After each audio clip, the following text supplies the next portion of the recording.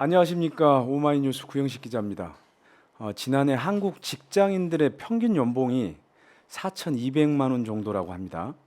이 연봉으로 30년 정도를 근무한다면 한 1억 원 정도의 퇴직금을 받을 수가 있습니다. 그런데 곽상도 전 의원의 아들은 퇴직금으로 50억 원을 받았죠. 그것이 곽상도 전 의원에게 사실상 뇌물을 준 거다라고 해서 기소돼서 재판이 진행됐는데요. 최근에 그 퇴직금 50억 원에 대해서 무죄 판결이 났습니다. 물론 1심이긴 합니다. 근데 이 무죄를 예상한 사람이 과연 얼마나 있었을까요? 이 판결이 난 다음에 대구 지역에서도 국민의힘의 지지 기반인 대구에서도 비판의 목소리가 있다고 하는데요. 오늘은 이 곽상도 전 의원의 50억 클럽 1심 판결을 저희가 좀 들여다보려고 합니다. 이 자리에는 대장동 일타 기자로 유명하죠. 봉지욱 뉴스타파 기자 나오셨습니다. 반갑습니다. 네, 안녕하세요. 네. 요즘에 거의 뭐 대장동 일타 기자로 활약하고 계시는 거죠? 모르겠습니다. 그렇게 뭐. 네.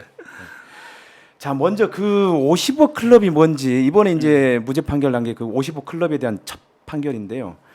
먼저 좀 50억 클럽이 뭔지 이게 어떻게 해서 나온 건지를 좀 한번 우리가 복습을 좀 해볼 필요가 있을 것 같아요. 자, 이게 50억 클럽이 언제 어떻게 해서 만들어진 겁니까?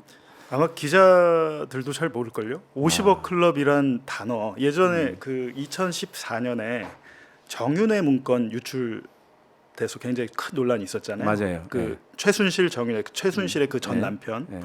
그 정윤회 문건에 보면 두 가지 새로운 단어가 등장하죠. 그때 당시 이제 기자들이 얘기한 게 십상시. 십상시가 뭐냐 도대체. 그렇죠. 네. 그리고 문고리.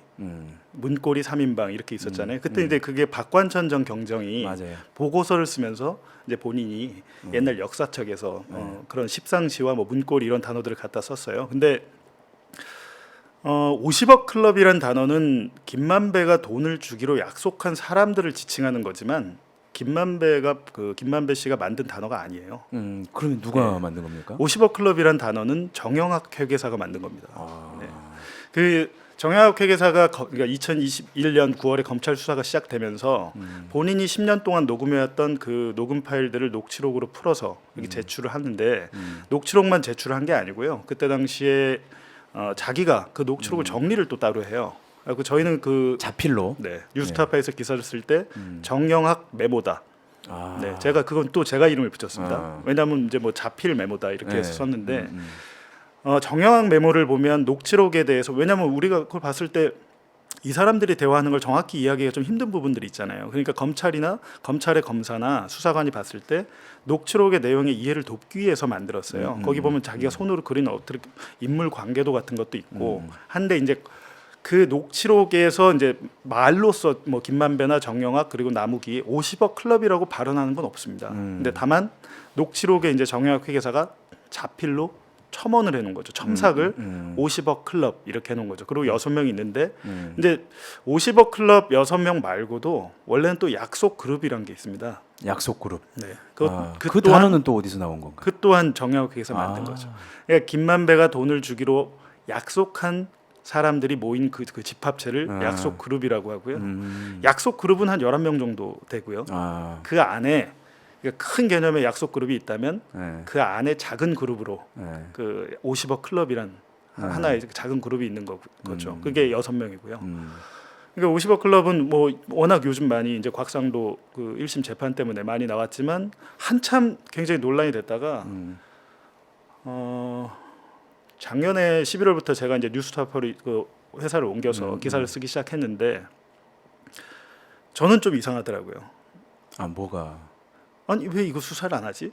녹취록 그렇죠. 1325쪽을 보면 상당 부분 50억 클럽의 역할이 나옵니다 거기에. 그러니까 이재명 측 그리고 이재명 그때 당시 성남시장을 비롯한 뭐 특혜가 있었냐 없었냐 이게 한 축이라면 대장동 사건 한 축이라면 그걸 또 규명하는 것도 중요하죠 물론. 하지만 이 대장동 사업자들의 특징은 굉장히 사법 리스크가 많은 사람들이었어요. 그렇죠. 그러니까 이분들이 이제 대장동을 접수하고 사업을 막 시작하고 한 게 2011년쯤부터 봐야 돼요. 그 전에는 이제 다른 분이 이제 시행사 대표를 했었고 근데 이제 여러 가지 저축은행 돈으로 했지 않습니까? 이분들이 자기 돈 많이 썼다고 하지만 사실 자기 돈 쓴 게 아니에요.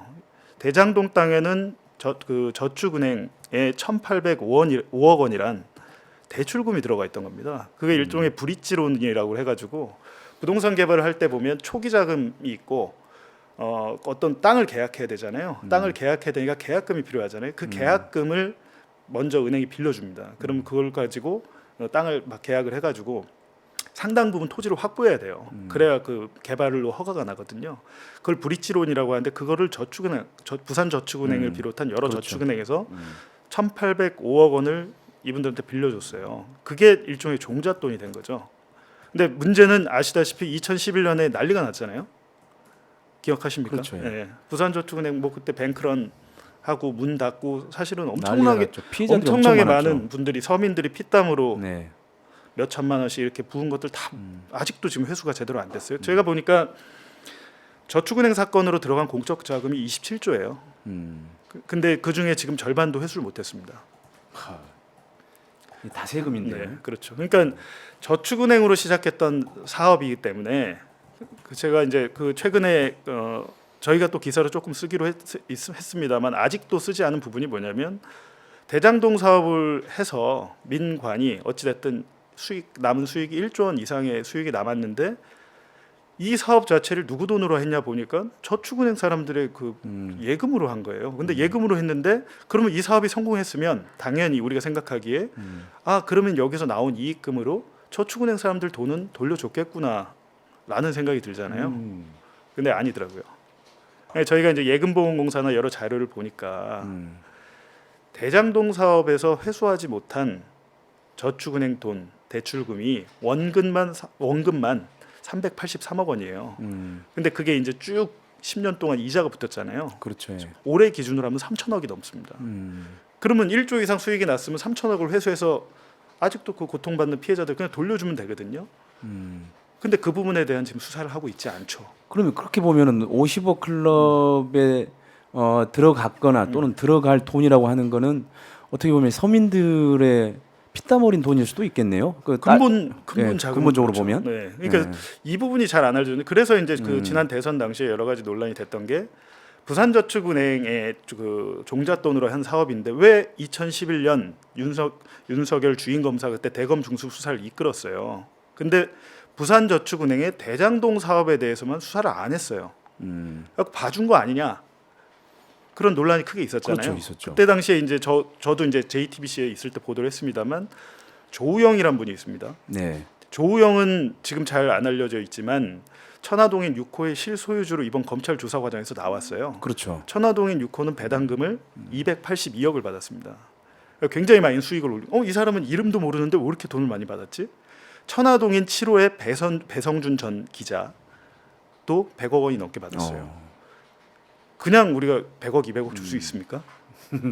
그럴 리가 없죠. 그러니까요. 근데 녹취록을 전체를 보면 10년간의 녹취록을 보면 이분들이 어떤 역할들을 했구나인데 조우영의 역할은 뭐였냐면 부산저축은행에 돈을 가져와야 되잖아요. 빌려야 되잖아요.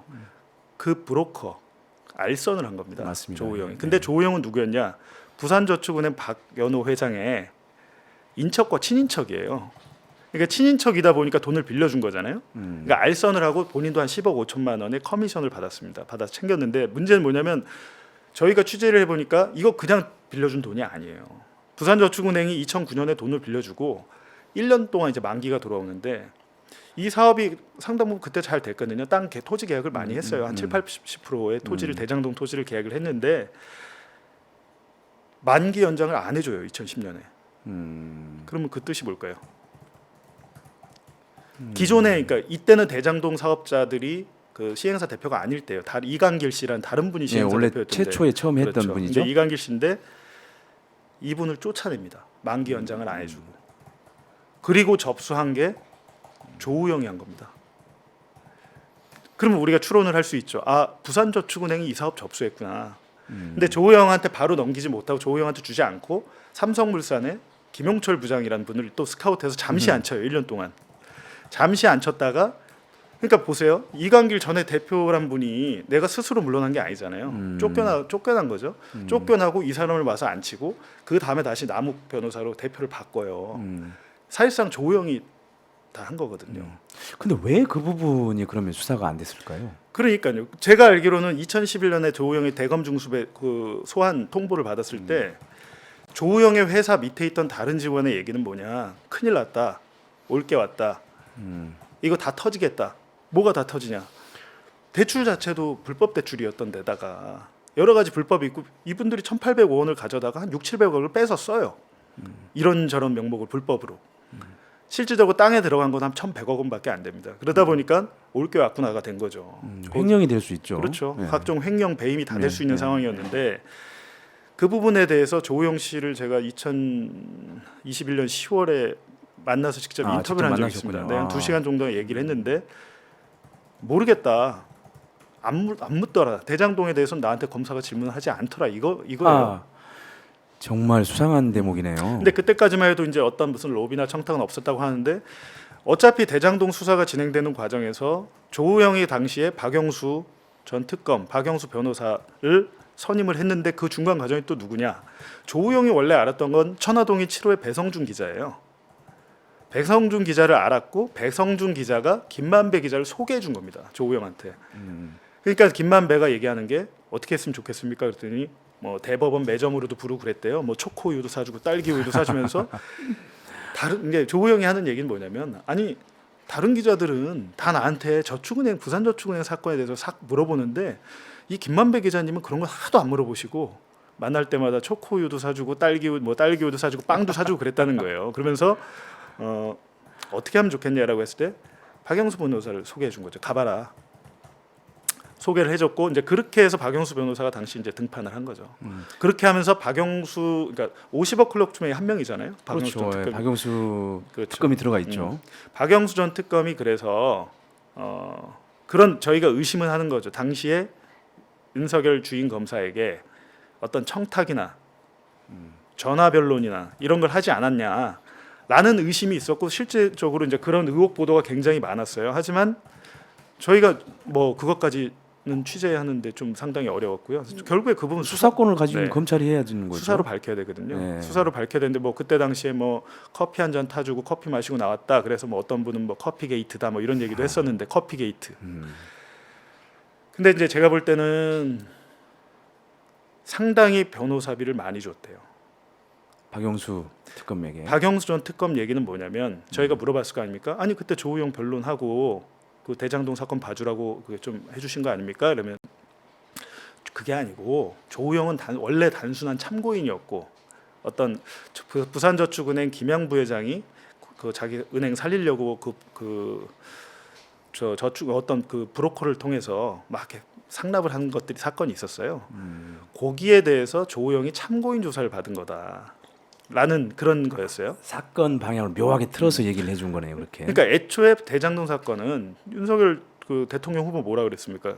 일반 저거 불법 대출 아니다 이거 PF 대출 아니다 그랬잖아요. 근데 PF 대출은 아니겠죠. 근데 원래 브릿지론이라는 거는 PF 대출하기 전에 전 단계예요. 부동산 개발 사업을 위해서. 네. 근데 제가 아까 말씀드렸지만 일반 대출이냐 PF 대출이냐는 중요하지가 않고요. 대장동 사건은 부산저축은행이 차명으로 한 사업장이었어요.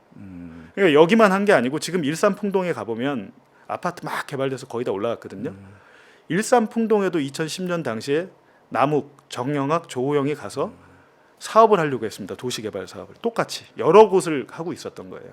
그러니까 대장동도 기존 사업자에게 그 대출금을 만기 연장을 안 해주면서 대표를 바꿔버린 거죠. 그럼 사실상 부산저축은행이 접수한 거예요.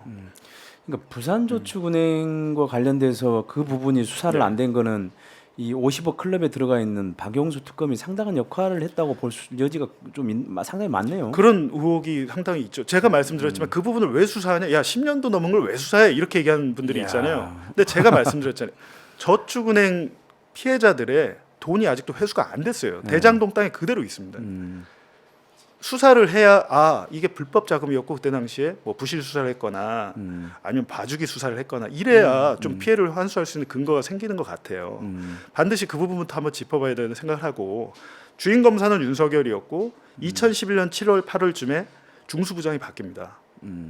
그 전에는 김홍일 중수부장이었는데요. 김홍일 중수부장 이분 그 국민의힘 그 윤석열 대선 캠프에서 그렇죠. 어떤 역할을 하셨어요. 또 네. 보니까. 근데 2011년 7월 8월에 최재경 중수부장으로 바뀌어요. 그분이 또 50억 클럽에 들어가 있는 분이잖아요. 그렇죠. 최재경 중수부장. 그러니까 1325쪽 대장동 녹취록을 보면 가장 많이 나오는 이름이 딱 두 사람입니다. 박영수 혹은 박영수에게는 고검장님이라고 주로 이제 뭐 네. 얘기를 하고 최재경 그 전 수석 민정수석에게는 재경영. 재경영 지금 최재경 전 수석은 지금 삼성에 있더라고요. 삼성에 뭐 법률 관련 고문인지 뭐 실장을 맡고 있는 걸로 아는데 이 녹취록에 또 굉장히 삼성 얘기가 많이 나옵니다. 그래요. 그 얘기는 언젠가 그 아마 취재들을 통해서 다시 한번 우리 시청자들에게 얘기할 기회가 있을 것 같고